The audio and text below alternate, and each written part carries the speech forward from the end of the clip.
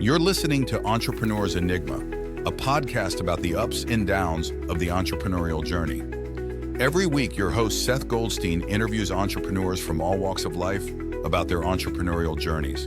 From store owners to Fortune 500 CEOs, we all have stories to tell. So sit back and join us for the next 20 or so minutes while we explore the entrepreneurial world.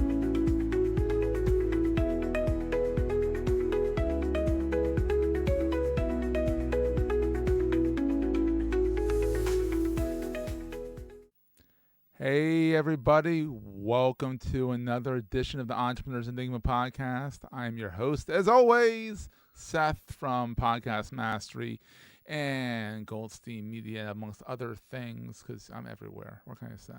Today I have Dustin Riechmann, spelled like Reichman, but we were just joking that it's German, so us Americans can never pronounce it correctly. So I'm sure you get Reichman more than you get Riechmann. Way more, yeah. Reichman.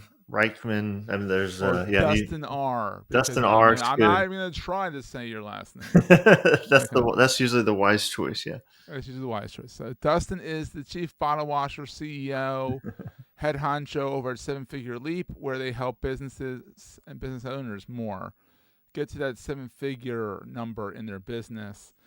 We met when he did a summit on podcast guesting and using podcasting as a way to get to that seven figures. And it was an excellent summit. Of course, I bought the pro plan, which is always fun. When I buy these pro plans, I'm like, I'm going to watch them later. I never watch them. I watched them the first time. But I was happy to help fund it. It's fine. It's weird because it's always like you're gonna miss out. You're gonna miss out. And I'm like, all right, fine. I'll pay the $100, $100, $200 to get the recordings, and I always forget to look at the recordings later. It's one of those things. I do the same thing. I appreciate the support. We'll take it. It was a great time doing that summit. So I'm sure you slept well too after that. After that, yeah, it was a lot of worwork. So people underestimate how hard it is to pull something like that off, but it was time well spent and energy well spent. So exactly, and because what happened? You're pre-recorded, but then you were in the chat during the live stream. Yeah, and then we held live events every day, and I forgot about that. Yeah, you did do the. I think I made one of those. Yeah, and we did some bonus workshops the week after. So it's like what sounds like, oh, I'll just pre-record it. Well, it also ended up having 39 speakers. Beyond, exactly. So it was a big deal, but it was awesome. I built a ton of great relationships. It was a profitable event, so I'm very happy with it. It was profitable. Yeah, like you actually made some money on it. That's good. Yeah, there's enough Seths in the world who've plunked down a few dollars. We had some sponsors. I have access to it, and if I ever want to go back and review some stuff, I can. Yeah, no, it was good. It's nice to have. It's just finding the URL to do it. Yeah, I have these sessions from all different kinds of conferences. Yep. But it's remembering where the heck they are on the web. Right. Like where were they? It's kind of funny. So how did this all get started? Have you always been an entrepreneur? Did you work for the big corporate world for a while there? Yeah, I worked for the man for a long time. I was an engineer, so I went to college for civil engineering, and then I ended up specializing and getting a master's degree in traffic engineering. So when you custom people for the traffic light issue. Yeah, when you're cussing people at traffic lights, or you're going through roundabouts, and you're like, "Who did this?" That was me. So I did that for 17 years. Oh, wow. Yeah. And so about halfway through my engineering career, I started figuring out there was this thing called entrepreneurship, because I hadn't any exposure to it growing up. Yeah. I grew up kind of really poor, blue collar. To me, getting a scholarship to go to engineering school was like the best thing I could ever imagine from life. You're going to school, you're doing this. First college graduate in my family. I mean, that was the story. And it was awesome. And I met my wife, and we had a wonderful family life. But I did find about 5-6 years into my career, I'm like, man, this is cool, but I really love entrepreneurship. I like, being creative, making money, all this kind of stuff. And so kind of what happened for me, Seth, was my wife and I were on our first trip away from our 3 kids, 2 at the time. We eventually had a third. And because why not add one more to the mix? Yeah, why not? Yeah. So you have 2 kids. For those who don't have kids, when you have 2 kids, one parent takes one kid, one parent takes the other kid. When you add the third in, it throws a wrench in the whole thing. You're totally outnumbered. It definitely changes the dynamic. Exactly. You had 2 at the time when you went on your first trip. So I'm literally laying on a beach and reading this book called No More Mondays by this guy named Dan Miller, who I eventually became friends with. And he was a great podcaster. He eventually passed away last year. But reading this book, and it's basically like, hey, everyone should have a creative outlet and everyone should have sort of a side hustle. And I was like, you know what? This is cool. My wife and I were doing marriage ministry stuff through our church. And so I'd been doing teaching and writing and stuff for that. And so I came home from this trip and I'm like, I'm going to figure out, this is 2009. So I'm going to figure out how to make a website. So I figured out how to make a website, started blogging, eventually wrote a book in this marriage niche. My wife and I were speaking. I was like, and all this was just a side hustle to the engineering gig. And then it became a business. I was like, oh, this is like, we're starting to make income. I'm starting to like grow an email list. And let's have another kid. Yeah. So have another kid. That's exactly what happened. Right around that time, we had the third child. And then, I'll skip forward quite a bit, but basically what happened was I started getting really deep into digital marketing, and I was still working full-time as an engineer, but I was doing this on the side. And 3 kids. With 3 kids. My wife was a stay-at-home mom. And in the midst of all that, I was like, I'm going to quit my job. So in 2000, best time to do it. Exactly. No insurance. Yeah. All that stuff. So 2017, I left engineering and started doing basically a small digital marketing agency and started doing all the marketing for all the people that would take me. And it was awesome. And I had a lot of fun with it. And we were still running the marriage business as a side hustle. Oh, so and side hustle to the main hustle. That was not the full-time job. I love it. Yeah. And then really interesting sidebar here. Usually when people are like, how'd you get into podcast guesting? I'm like, meat sticks. And this is where this pivot happens in the story. So I was working with this local butcher shop as a client. So I'm like doing marketing and helping them. And I hit it off with the owner and he's like, hey man, can you like sell stuff online? I was like, yeah. He's like, well, I got a product. I really think we could sell it online.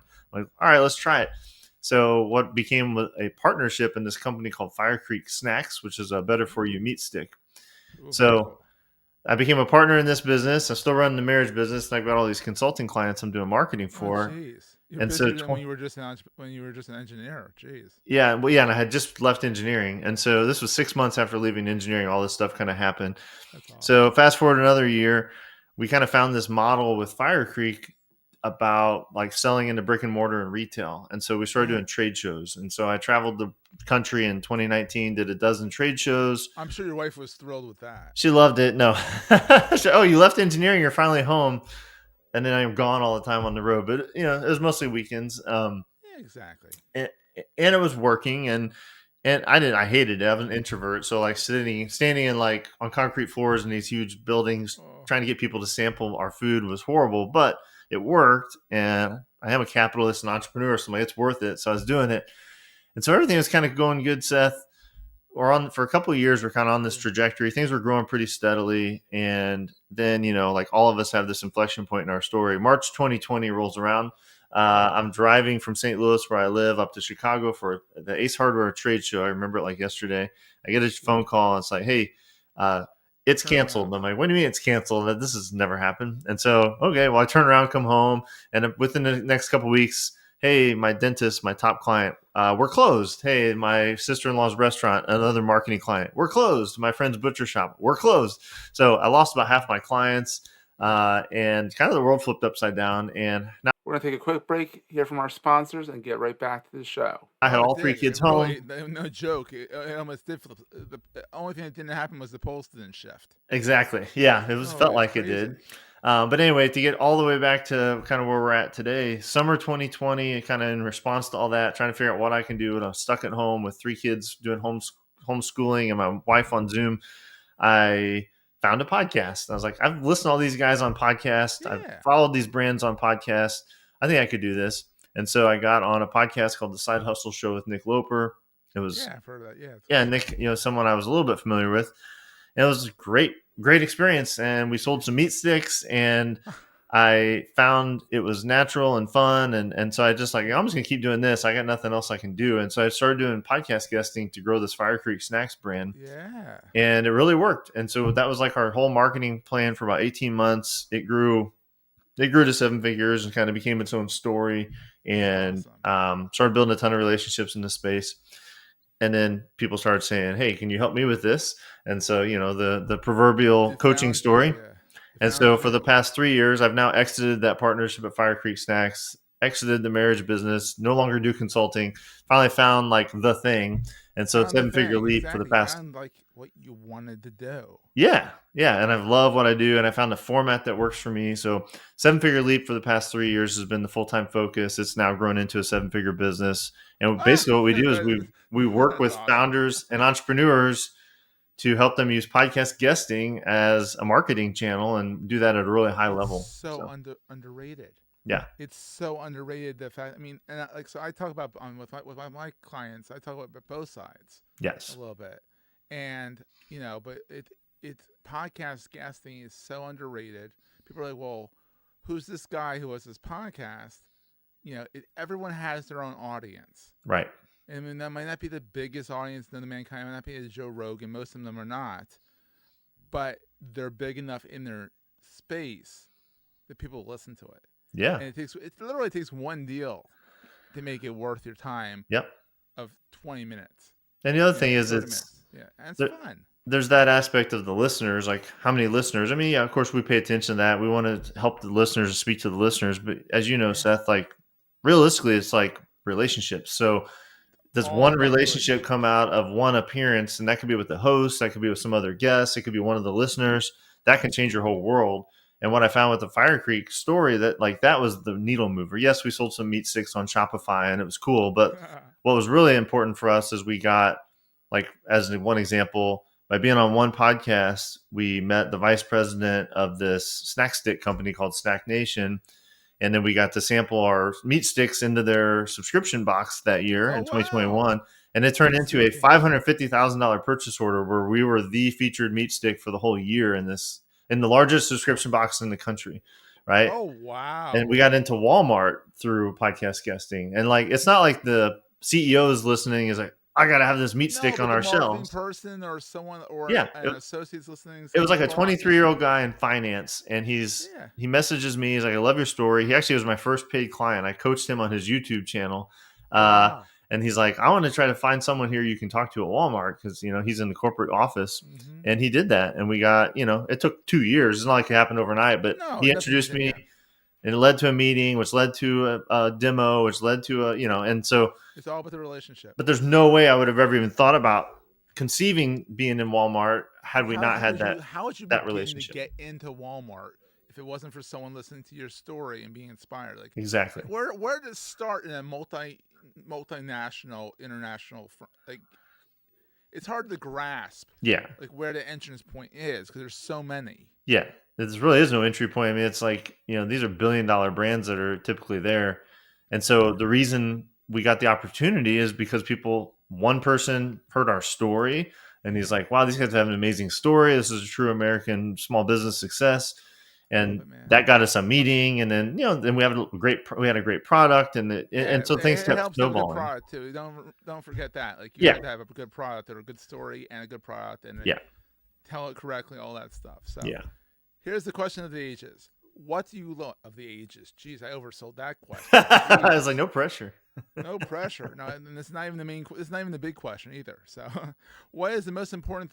No, that's actually not the main question. That is going to be the main question. I'm messing this up already because I'm thinking ahead of myself. But that's the best thing about podcasting is that it's real. It's real. And so, what is the best thing about being an entrepreneur in your mind? Because you clearly enjoy being an engineer. Mm-hmm. You're the first one to go to college, all that stuff. But what's the best thing about being an entrepreneur? Because it's not necessarily you can go home and be with your kids all the time. Yeah. Or would you want to? Yeah. I'm at work as much as I ever did, and sometimes more. And I think what I've grown, and even the past year, to answer this really honestly and directly, is it's the ability to be creative in a different way. So when I left engineering, I thought at first, I'm like, oh man, it's like managing people. I hate that. And it's like, I'll get these night meetings. I hate that. And so I was kind of running away from the things I didn't like. Yeah. And thinking that the thing that was going to make me happy was like running towards something that I liked better. And there was some temporary relief there. But, even as like this business, which I love, has grown, I've reached these different points where I'm like, well, about a year ago, I reached this point where at first I thought it was what I would call burnout. I was like, man, I'm working really hard. I don't have much support. We're hitting this crazy like growth rate and it's really good. And I don't really feel like something's not right. And as I worked through that and got in my mastermind group and did some coaching, what I realized is it wasn't actually burnout, it was boredom. And what had happened was, like, in this entrepreneurial journey, I had solved the problem enough, like sales and marketing, you hit the 7-figure run rate. And I had all this kind of chaos within the business. I had no systems, no help. And I was like, that sounded boring. But actually, when I started addressing it, I'm like, this is actually a new way to be creative. And I can be creative about a CRM and project management, stuff that, like, I don't necessarily think is like super exciting. But when I got into it, it was a fun new creative exercise. And so I think that's what I like about entrepreneurship. There's kind of this never ending journey of new creative things you have to solve, and they're not always in your zone of genius, right? There's sometimes you have to find the right who to come in and help you, and I think that's the part that I've actually grown to like the most. Oh, I love it. Wow. That's the best answer I've gotten for that simple question. Oh, good. I'll take it. On the flip side, besides your kids, what keeps you up at night? Yeah, that's a good one. Definitely my kids, but on the business side of things, I think now it is having grown something pretty substantial. Yeah. Everything's always been a side hustle, and it's like, I got 3 other things going on. At this point, I've put all my chips on the table. This is the thing I'm really focused on. I've got 1 full-time employee. I've got multiple contractors. Oh, wow, congratulations. Thank you. I got a bunch of clients. And so I think if there was something that kept me up at night, it's sort of this feeling of like, well, if I screw this up, now it affects other people outside of just me and my family. And so there's more responsibility on my shoulders now, but again, that's good. I feel like that's a good 90% of the time. That's a positive feeling. And there's that 10%. There's that 10% where it's like, oh shit, like I hope I get this deal or whatever because I need to, I got these other responsibilities. Yeah, but Joe needs to feed his family now. Exactly. I'm responsible for my assistant and her family, not just my own. And that continues to compound as you grow, of course. But yeah, that's a healthy tension, but it is a tension. So Exactly. Now here's the question of the ages. Okay. What is the most important thing to carry with you all the time? I carry with me all the time. That's gonna maybe sound cheesy, but I would say my faith. I'm a Christian guy on these dark nights of the soul, and some of these things where I'm really seeking, trying to figure out, what I'm wrestling with. The ability, I call them like God walks, like pretty much every day, rain or shine. I try to get out, even for a 15-minute break from all this the Zoom life. And I just try to go out without my phone and walk and sort of like silently, talk to God and in my own way. And, we're active in our community, in our church. And so, yeah, my faith is definitely like a huge thing. So when you said like carrying it with me, I was like, that's the thing. I don't physically carry much with me. But I think in your God walks, you don't even carry your phone. I don't even carry my phone.